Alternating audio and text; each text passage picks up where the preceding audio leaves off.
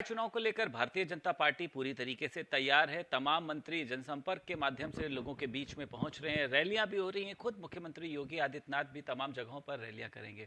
आज हमारे साथ बात करने के लिए मौजूद हैं उत्तर प्रदेश सरकार में पर्यटन मंत्री हैं जयवीर सिंह। आप भी सर लगातार दौरे पर लोगों के बीच में पहुंच रहे हैं। अगर बात करा जाए कि किसकी हवा चल रही है सर इस बार? हवा चल रही है कानून व्यवस्था की, हवा चल रही है विकास कार्यों की, हवा चल रही है लोक कल्याणकारी कार्यों की और आदरणीय योगी जी के प्रति अटल विश्वास की।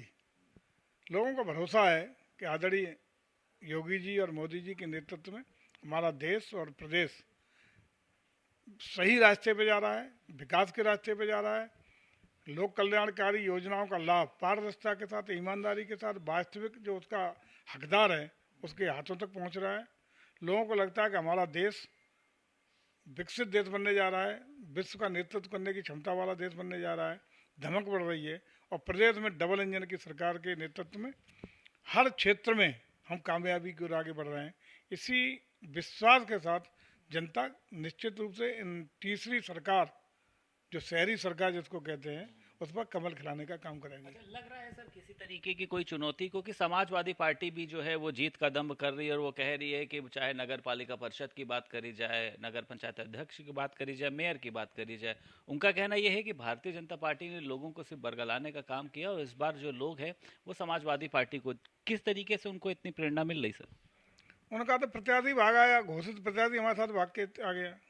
उनको तो खुद ही देखना चाहिए कि अपना घोषित प्रत्याशी मजबूत होता है, वो भी कहीं ना कहीं उसको वो हमारी नीतियों से रीतियों से प्रभावित होकर घोषित होने के बाद बाकी हमारे साथ मेयर का प्रत्याशी भागा। इससे ज़्यादा उनके लिए कठोर चेतावनी क्या हो सकती है कार्यकर्ता की।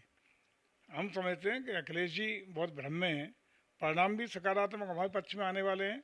हम स्थायी निकाय के सारे चुनाव बहुत बेस्ट परफॉर्मेंस के साथ जीतने का काम करेंगे और आने वाले 2024 में पूरी 80 की 80 सीट पर कमल खिलाने का काम उत्तर प्रदेश की जनता करने वाली है। अच्छा, 2024 की भी सर आपने बात करी। कल जिस तरीके से देखा, नीतीश कुमार यहाँ पर पहुंचे, तेजस्वी यादव यहाँ पर पहुंचे, अखिलेश यादव के साथ एक प्रेस वार्ता भी करी। उसमें भी तमाम हमले जो हैं उन्होंने भारतीय जनता पार्टी पर की। एक तीसरे मोर्चे के गठन को लेकर जो कवायद है वो तेज हो गई। कोई फर्क पड़ेगा इसका सर आने वाले लोकसभा चुनाव में? मैं समझता हूँ अगर उत्तर प्रदेश की हम बात करें तो बसपा सपा का जो गठबंधन 2019 में हुआ था उससे मजबूत गठबंधन कोई हो नहीं सकता। उसका असर क्या हुआ, परिणाम क्या हुआ और चुनाव के तत्काल बाद चुनाव में भी धराशायी हो गया वो गठबंधन और चुनाव के बाद गठबंधन तार तार होकर एक दूसरे को गाली गलौज में तब्दील हो गया। आज स्थितियाँ ये हैं कि हर एक जितनी भी रीजनल पार्टी हैं और राष्ट्रीय पार्टी कांग्रेस के रूप में अगर ले लें तो हर एक का अपना अलग अलग स्टेट पे अलग अलग परिस्थितियाँ हैं। एक दूसरे के खिलाफ जूझ रहे हैं, लड़ रहे हैं। सिद्धांत, नीतियाँ, रीतियाँ, सोच समझ सब अलग अलग है। कहीं इनका गठबंधन ऐसे नहीं हो सकता केर बेर का संग है। लेकिन फिर भी केवल इसलिए कि चूँकि आज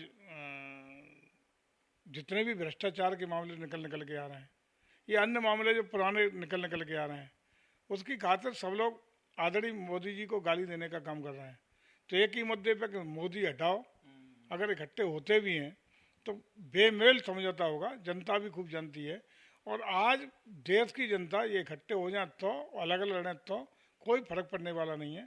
बहुमत देश की जनता का भारतीय जनता पार्टी के मत के साथ है, समय के साथ है और कार्य और नीति के साथ है और इसी का परिणाम होगा 2024 में प्रचंड बहुमत से हम लोग देश की सरकार बनाएंगे और उत्तर प्रदेश में हम लोग कमल खिलाने का सारी सीटों पर काम करेंगे। अच्छा मंत्री जी, तमाम लोगों को आपने टिकट दिया लेकिन तमाम लोगों का टिकट काटा भी है। वो चाहे मेयर की बात करी जाए, पंचायत अध्यक्ष की बात करी जाए, तो उन लोगों ने निर्दलीय नामांकन भरा है। लगता है आपको इससे कोई चुनावी गणित जो है वो बिगड़ेगा? देखिए, भाजपा परिवार बड़ा परिवार हो गया है।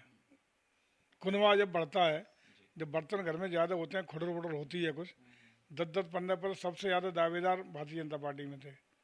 टिकट एक को मिलना था, स्वाभाविक है। बाकी लोगों में हमारे कार्यकर्ता हैं जो लंबे समय से मेहनत भी कर रहे हैं, उनको स्वाभाविक रूप से कष्ट हुआ है, कष्ट होता है। लेकिन तात्कालिक गुस्सा है, वो गुस्सा मतदान आते आते हम लोग शांत कर ले जाएंगे और मुझे लगता है कि भाजपा का अनुशासित कार्यकर्ता अनुशासन में रहते हुए पार्टी के साथ आएगा, पार्टी के साथ काम करेगा और नाराज़गी 1-2 दिन 4 दिन रहेगी, लेकिन मुझे नहीं लगता कि वो बगावत की स्थिति में आएगा। निश्चित रूप से देर सवेर हमारे साथ रहेगा और पार्टी का सहयोग करेगा। अच्छा मंत्री जी, कल अखिलेश यादव ने प्रेस वार्ता करी, उन्होंने शाहजहांपुर के आपके प्रत्याशी पर सवाल उठाए, अर्चना वर्मा पर, कि भारतीय जनता पार्टी को प्रत्याशी नहीं मिल रहा है इसलिए वो समाजवादी पार्टी के प्रत्याशी को मेयर का प्रत्याशी बना रही है। ये चिंता का विषय आदरणीय अखिलेश जी के लिए है कि उनका घोषित प्रत्याशी भाग जा रहा है। घोषित प्रत्याशी को नहीं रोक पा रहे, कार्यकर्ता कहाँ से उनके साथ रुक जाएगा। इसका मतलब भागम भाग है। सपा में सब कुछ अच्छा है, इंटरनल नहीं है, कहीं ना कहीं भागम भाग है। जब प्रत्याशी भाग जा रहे हैं हमारी नीतियों से, हमारे जनाधार से, हमारे प्रति जनता के समर्थन को देख करके उनके ही प्रत्याशी भागे चले जा रहे हैं, तो इसका मतलब साफ है कि भारतीय जनता पार्टी के साथ प्रचंड बहुमत, प्रचंड समर्थन जनता का जुड़ा हुआ है। उत्तर प्रदेश सरकार में पर्यटन एवं संस्कृति मंत्री जयवीर सिंह हमारे साथ मौजूद थे और उनका कहना यह है कि निकाय चुनाव में सभी सीटों पर भारतीय जनता पार्टी अपना कमल खिलाने जा रही है। लखनऊ से वीडियो जर्नलिस्ट आशीष के साथ संदीप खेर, भारत समाचार।